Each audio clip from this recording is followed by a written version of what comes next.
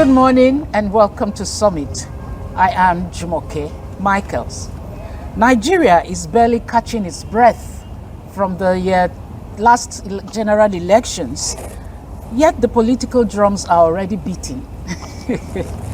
Across the country, posters are up, billboards are rising, support groups are launching, and political meetings are multiplying, all ahead of INEC's officially approved campaign timetable. The big question today is simple and troubling. Are political parties and aspirants deliberately defying INEC's rules? And has premature campaigning becoming the new normal? Very tough and very thought-provoking question. And that's what we'll be talking about on the program today, because everybody can see it, it's already happening. And joining me to discuss this issue this morning in our studios, or well, if you call this a studio, it's fine, is a public affairs analyst and a friend of the program, Mr. Razak Ulukova. Good morning. Good morning. Welcome Thank to you. Summit. All right, so nobody can deny that it looks as if campaigns are starting early, and this is the first time we're seeing this like this. That is it a distraction? You know, for me, I feel it's a distraction from governance. Politicking all the way for 4 years before the next election is distracting. Okay, so now we are going ahead of INEC's campaign timetable. From your assessment, are these actions amounting to premature campaigns? Of course, it's premature, and it should be a concern to us, particularly when you look at numerous challenges that we are facing as a people. Are we saying that all the issues and that cause for attention have been sorted out? There must be consequence in terms of a penalty for people who are doing all these things. Otherwise, we may not be able to run any form of governance in Nigeria again. It's going to be politics from day one. Either a councillor, a chairman, governor, or president gets to the office. It's going to be political process throughout. It's getting worse by the day. When Obasanjo too was there, in fact, 2 years into his own term, it's been whether Atiku will not allow him to go or not. It was until about 6 months to election that he said about prostrated for Atiku before he can convince him to tell the governors to vote for him at the primaries. The same thing when Jonathan was there. It's about Jonathan does not even have the right to be in the first instance. So eventually when he won the election, he started working for his second time because there were challenges that this is not the slot of the job people. And Buhari didn't even appear like someone who wants to come for the second time. So it's the people around him that say we have to start early enough to convince this man, though, because giving to him, this man will go back to Daura. And Tinubu's time era was even more of 2 years before he became the president. So the policy was thorough before he became the president. Thorough 2 years before he emerged eventually. It was thorough. Is it coming out? Is it not coming out? And the moment he became the president, the removal of subsidy became so topical that people promised us that they would do away with subsidy, turn around to say that... That's Buhari, right? No, Tinubu. When Tinubu came. Okay. And his first day in office, immediately he declared the subsidy gone. Everybody turned into politics. It was not supposed to remove it, including people who wrote it in a manifesto very glaringly that subsidy will be gone, They turned and so you will blame all parties. We should blame all parties, opposition and the incumbents.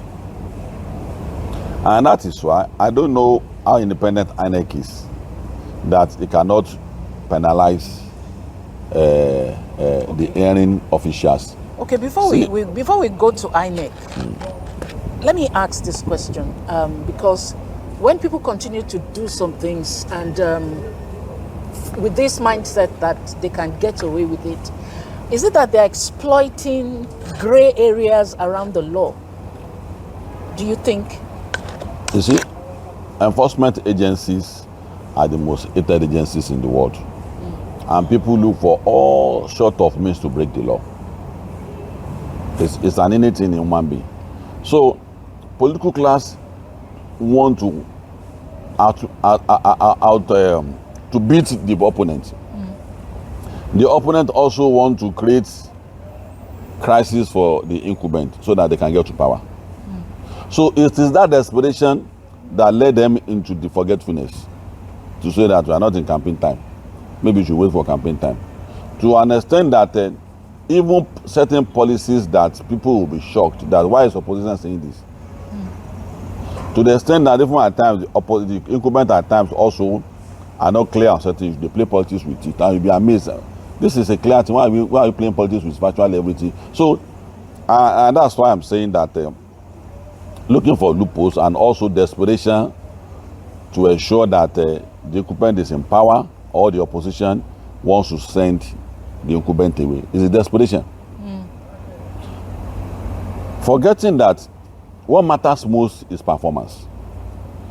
Forgetting that re-strategizing is what an opposition should be doing. How did we fail? How can we come back? It's not running campaign. The little corner we have, which is states, what wonder can we do with it to gravitate people towards us? Because if you are not in the center, you are states. Rather than do that, it's in politics all true. And today, look at what is happening. It is so funny that we no longer have opposition in Nigeria again. And can you blame the incumbent for that? So, INEC is a person and a student we must begin to look at that. Are you a figurehead? Are you perceiving them as weak? No, it's weak. INEC is very weak in that regard. In that regard.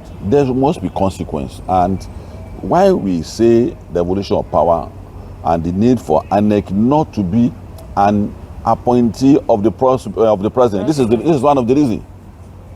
Because if during Obasanjo's time, a PDP member is penalized by INEC, you know what Obasanjo said? He will remove the president the next day.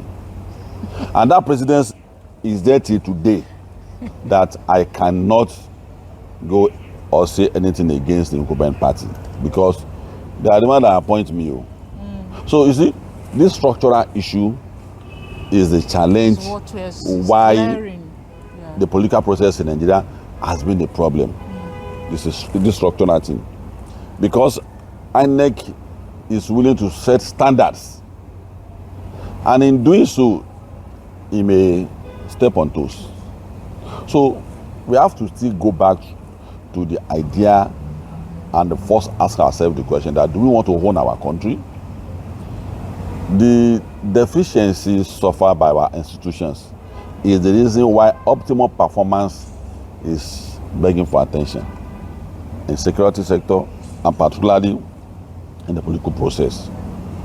When IG is employed by the president of the country, it's the body language of the president that dictates his next move. The same thing for INEC. You see, INEC is not completely independent.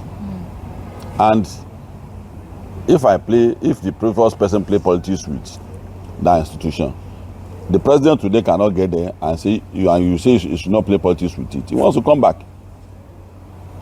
And that was the greatest error, one of the greatest errors of Jonathan, who was the INEC chairman when he was the president. It matters a lot. So let's retrace where the error comes from. The error comes from what is the institution, what's the composition of the institution. So opposition will lure the incumbent party out They will lure them out with deliberately and consciously provoking them. So in reaction, they are play politics. So, and once they have done that, as a reply to what the incumbent has done, they will respond, and police have started. So then INEC will not be able to do anything. So we should know clearly that institutional challenges is the greatest problem we have in this country. So INEC, with the way it is, INEC cannot name and shame anybody. You and I know that. Name and shame. No, you because know, you that's and the only thing that you will and work I know that we are knocking the issue on the head. We don't want to look at whether somebody will be happy with what we are saying. We don't want to look at that. It is about Nigeria. Yes. And it's important to say the truth. If I am the president, I will not employ my enemy as INEC chairman. And that's been the pattern since 1999 to date. It's not only, it didn't start now. And that's why we must not limit our discussion at all time when it becomes inherited challenges like this. We should start from where it started from, to the point we get to today. So that we know that the challenge we have today didn't start today. This is the genesis. And this is what it has gotten us to. Price of commodity begin to increase gradually until we got to this point. It didn't become what it became today. It started somewhere. So if we want to be fair to ourselves, that's how to raise issues. So, and since that time till today, you know that there's been that challenge. People play politics in the rest of the world with policies, but not the way we do it with impunity here. And what is responsible? It's not because we are bad people. It is the institution that mold people. It's the institution that design you. Churches and mosques. We go there every Friday listening to sermon. Maybe I want to go and do something bad. After that sermon, it changes me. Church too, the same thing. People, the pastor said so thing. That is the work of an institution. Institution, you run advocacy, you will run persuasion, then penalty. So if there's advocacy, which INEC has done extensively, if there's persuasion, there must be consequence for it, which is a penalty. And so there's no penalty. Lacking. That's where it's lacking now. And it's lacking not because the guy at INEC is not having the mind to do so. Is that institutional challenge he has? There are sections of the INEC laws, electoral laws, that spell out penalties for it. But in doing so, he will run himself into problem. It's not only this INEC official and chairman. It's from day one since 19 till date. So we must understand our problem. Otherwise, we will be blaming each other. You didn't say anything that the government is doing that is bad. You are always saying this. That's why I had to go back to how we got to the point we have today. And Nigerians should join us in making that demand. The moment a president gets into that office, he has the capacity to think that everything is fine. I've been with them severally, and I've seen the way they discuss issues with you when there's a courtesy call. And in your mind, you say, this man is not, and it's the office that is designed for him. Obanjo thought that all the opposition in Nigeria at that time were his enemies until he left, and not, the same thing with Jonathan. I was one of the people Jonathan expressed that to when he left office, that the point you were making that time, I got it right now, I got it better, and that was when he had left office. But he had to apologize too. So our president is doing that because of what you have designed for them in the office. And they will run your country with what you have given to them. That's how they will run your country. Exactly.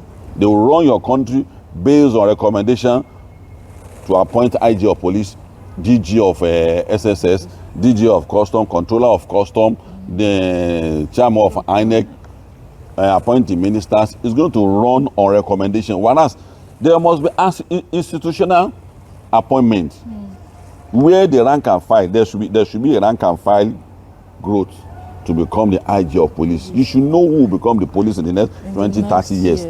The hierarchy will tell you. That's not the case in Nigeria. Until we do that, the same thing for INEC too, that there must be, just like someone who will become a diplomat, he will start one day, they will be tutoring him until he gets there.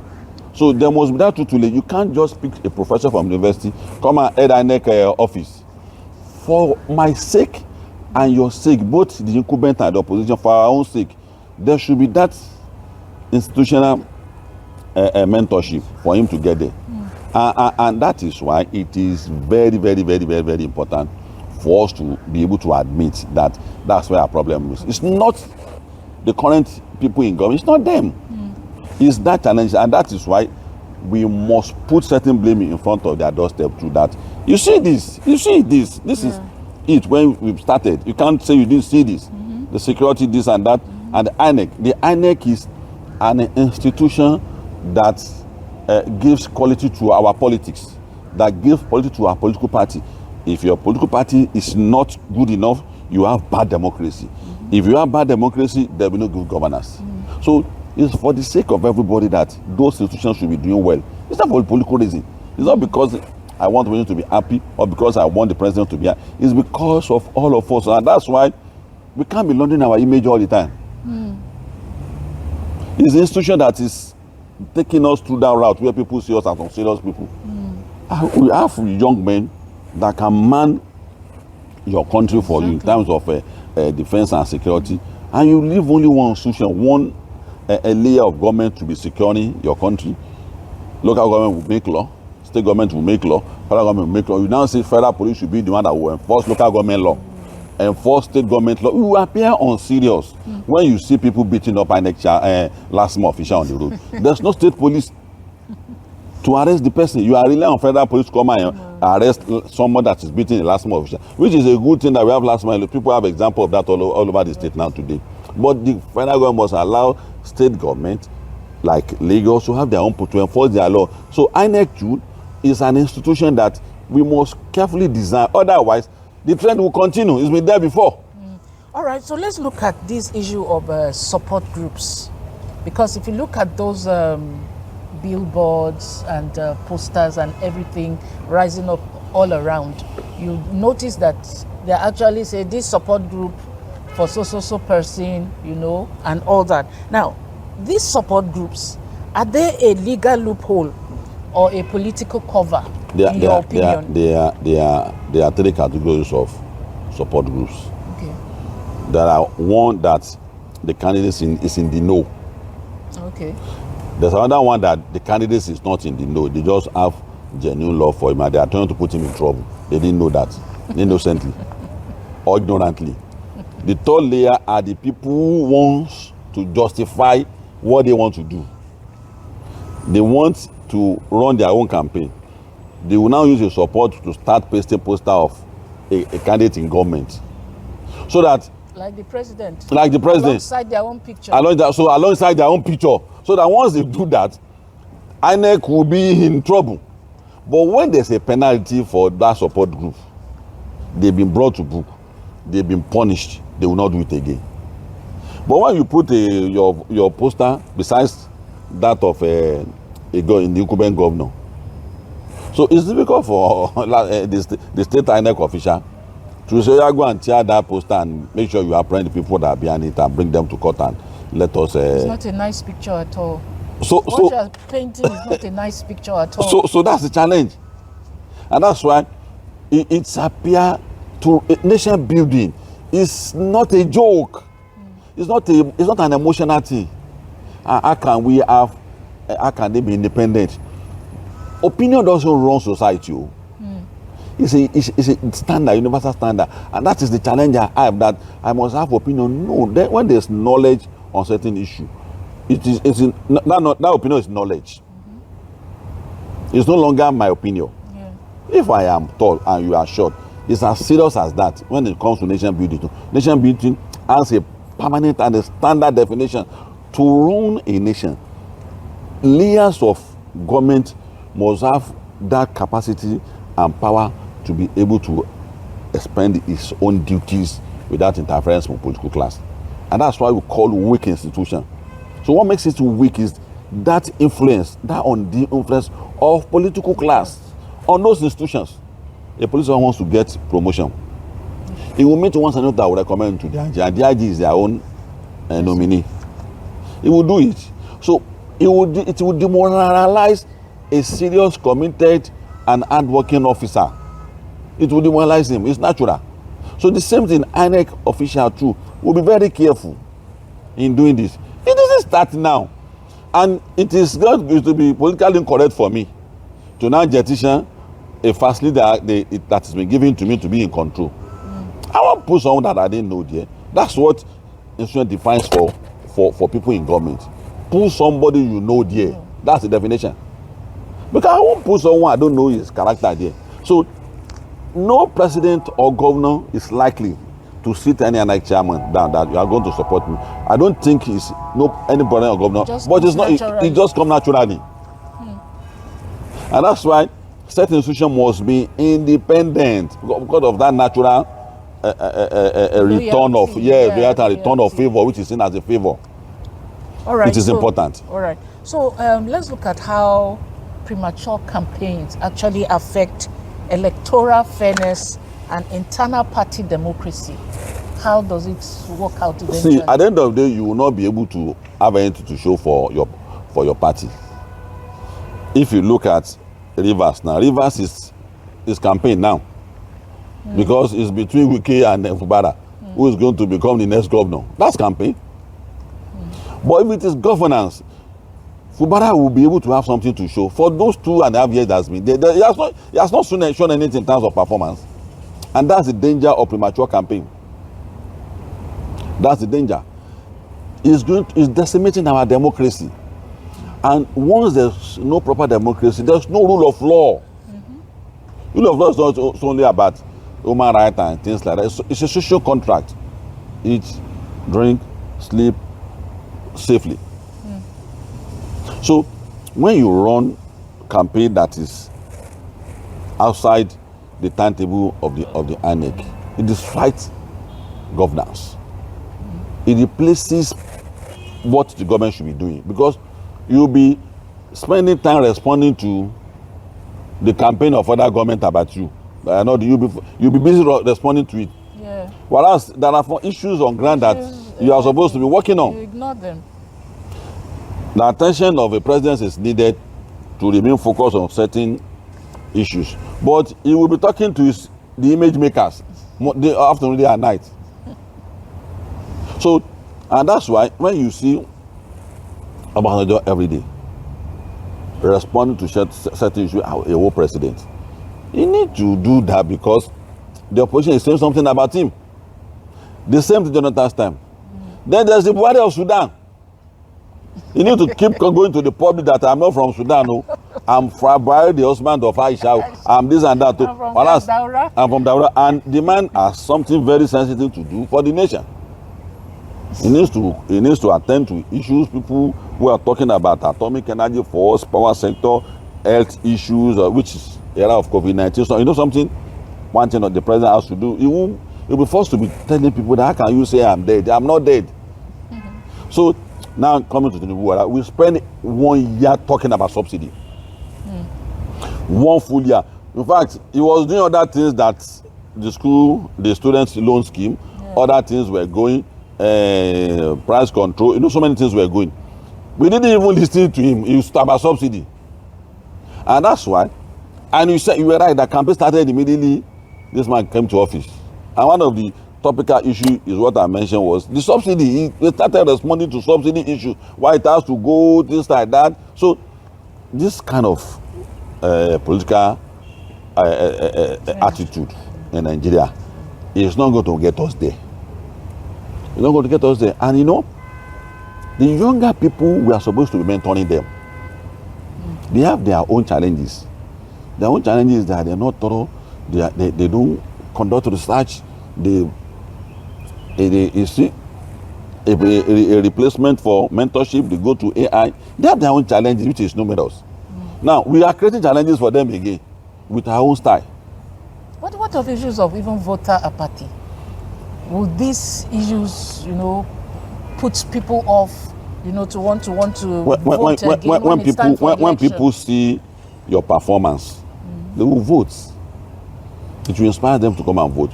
But when the opposition tells them that that thing he didn't do, it is fake, oh, it's not, oh, this student loan is not a serious thing, it's fake, oh, the subsidy is the thing has brought us, oh. And you know, if you want to decimate the government, you have issues.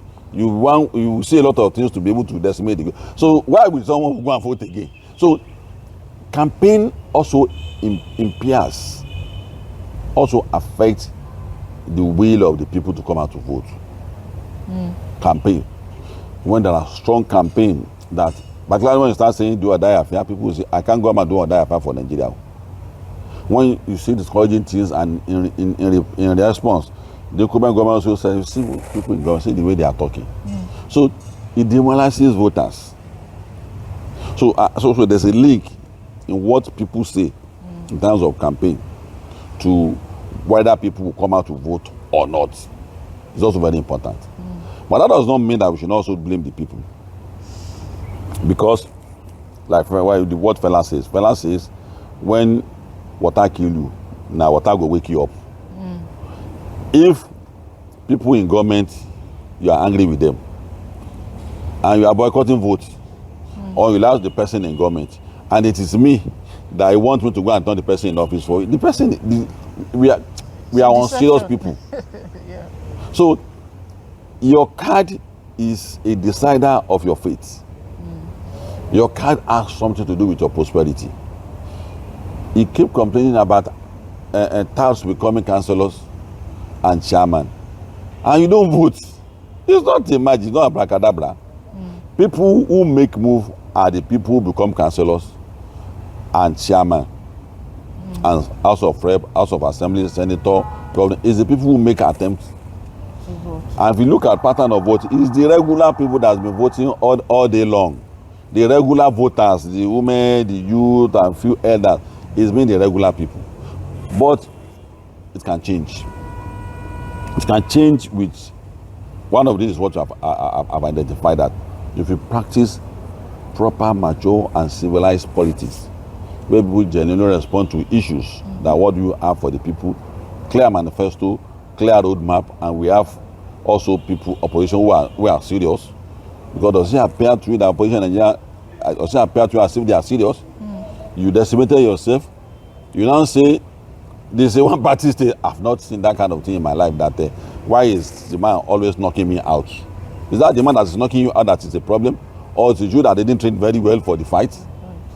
So the two sides needs a blame, and who will make them change is the people, with what we are saying. That it is important that INEC should be given that liberty to be able to penalize whoever that has disrupted the campaign timetable. Yeah. So finally, how can Nigeria strike a balance between political freedom and respect for electoral rules? How do we strike balance? You see, there are so many things that is attached to political freedom, and we have to be very careful the way we use it. You know, some people pursue political freedom, abandon mentorship, and call it godfatherism. Thinking is radicalism, is rascality.